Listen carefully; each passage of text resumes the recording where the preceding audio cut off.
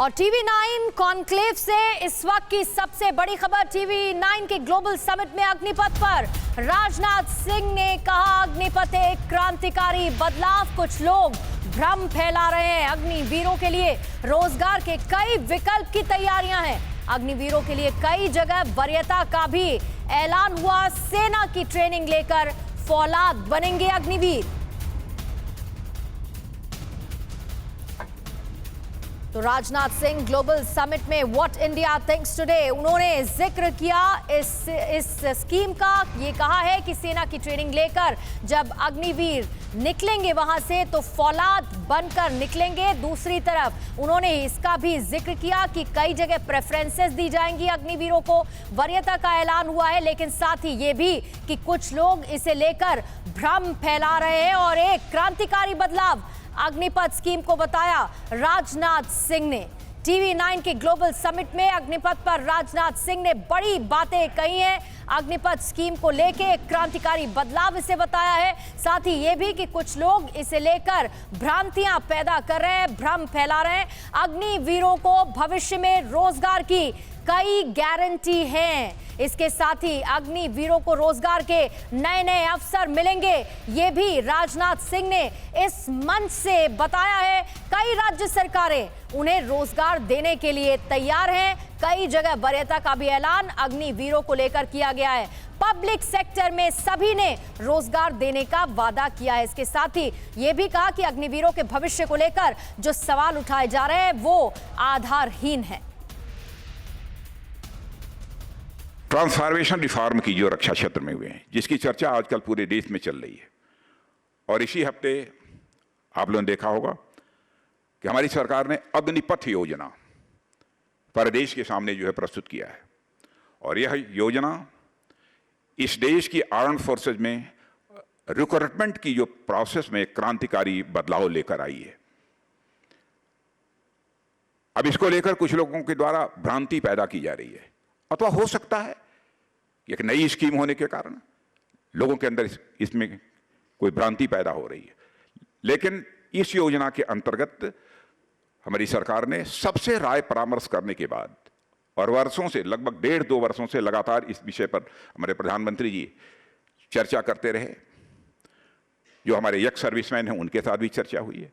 एक कंसेंसस बनने के बाद ही यह निर्णय लिया गया है।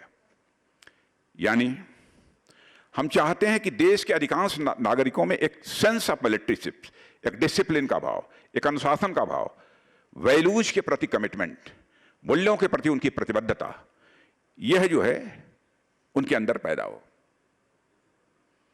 हम लोगों ने यह फैसला किया कि अग्निवीर 4 साल के लिए उनकी नियुक्ति की जाएगी।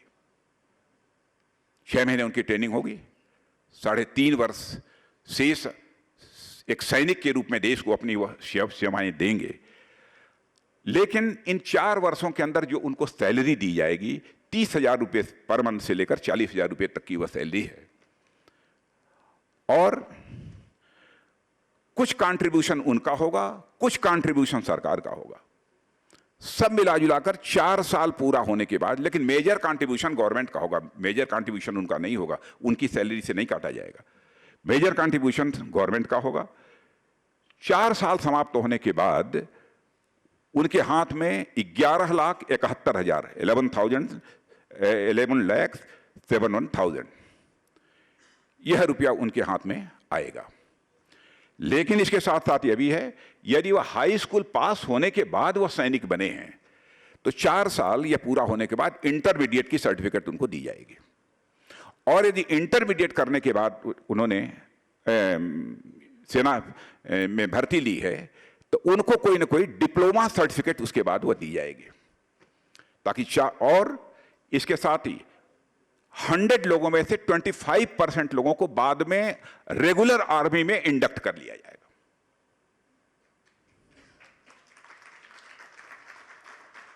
अब लोग ये कहते हैं कि साहब अग्निवीर जो बनकर आएंगे, क्या तो यदि उनको ताजिंदगी यदि सेना में सेवा करने का अवसर नहीं मिलेगा तो इसका मतलब क्या है? बहन भैया, ताजिंदगी तो किसी भी सेवा में लोगों में को काम करने का अवसर प्राप्त नहीं होता। और लोग कहते हैं कि हमारे लिए भविष्य में रोजगार की गारंटी क्या होगी?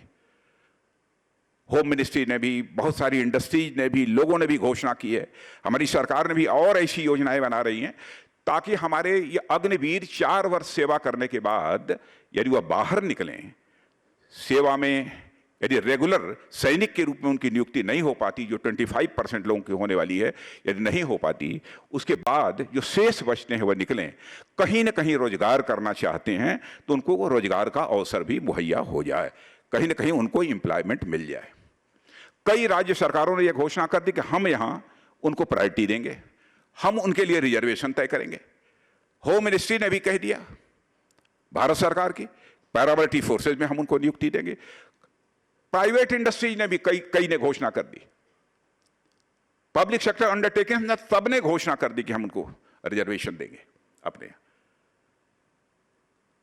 और दूसरी चीज कि 12 लाख रुपए, 11.5 पौने 12 लाख रुपए जब उनके हाथ में होकर निकलेंगे, छोटा मोटा रोजगार भी यदि वो करना चाहें तो वो कर सकते हैं। अब कोई यह तर्क दे क्या भविष्य की हमारे लिए गारंटी क्या है? हमने 4 साल का समय यहां पर गुजारा है। वैसे देखा जाए तो हर पेशे में, इंजीनियरिंग कॉलेज में कोई करोड़ों रुपया खर्च करके पढ़ता है, मेडिकल कॉलेज में करोड़ों रुपया खर्च करके लोग पढ़ते हैं, लेकिन सभी के लिए इस बात की गारंटी नहीं रहती कि वो निकलेंगे वहां से तो उनको जो गवर्नमेंट जॉब मिल जाएगी।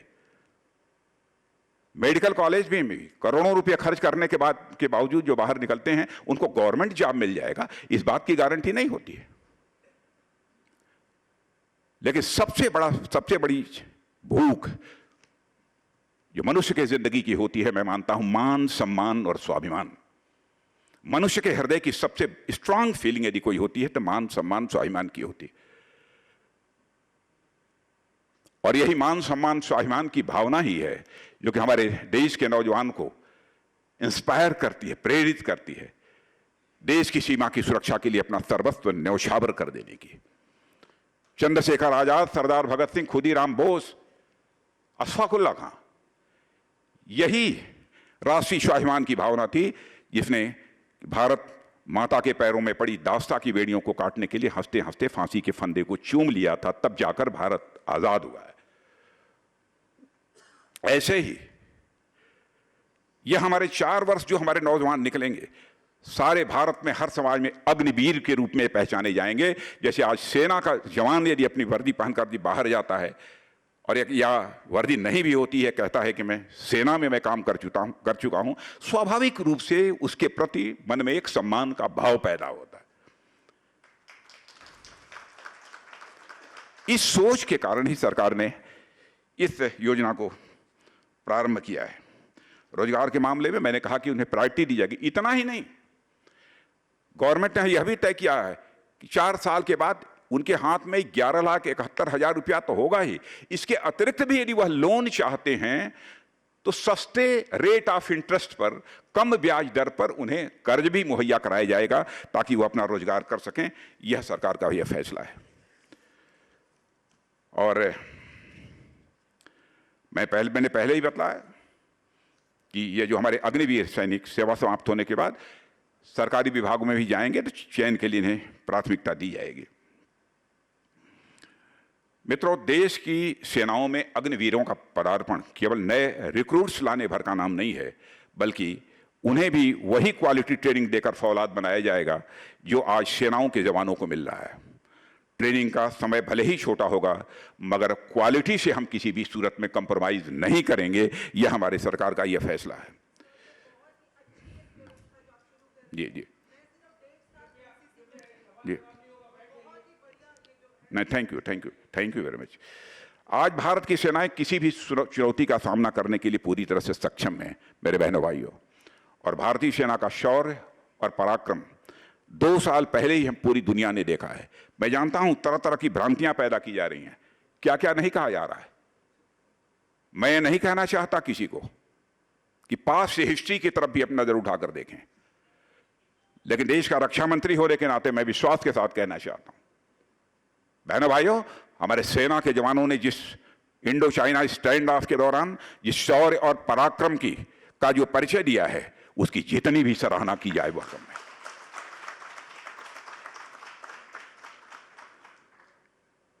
हम कोई भी काम करते हैं देश के लिए काम करते हैं। कोई भी हमारी राजनीतिक पार्टी हो सकती है। बहुत सारे मुद्दे हैं किसी राजनीतिक पार्टी को नीचा दिखाने के लिए।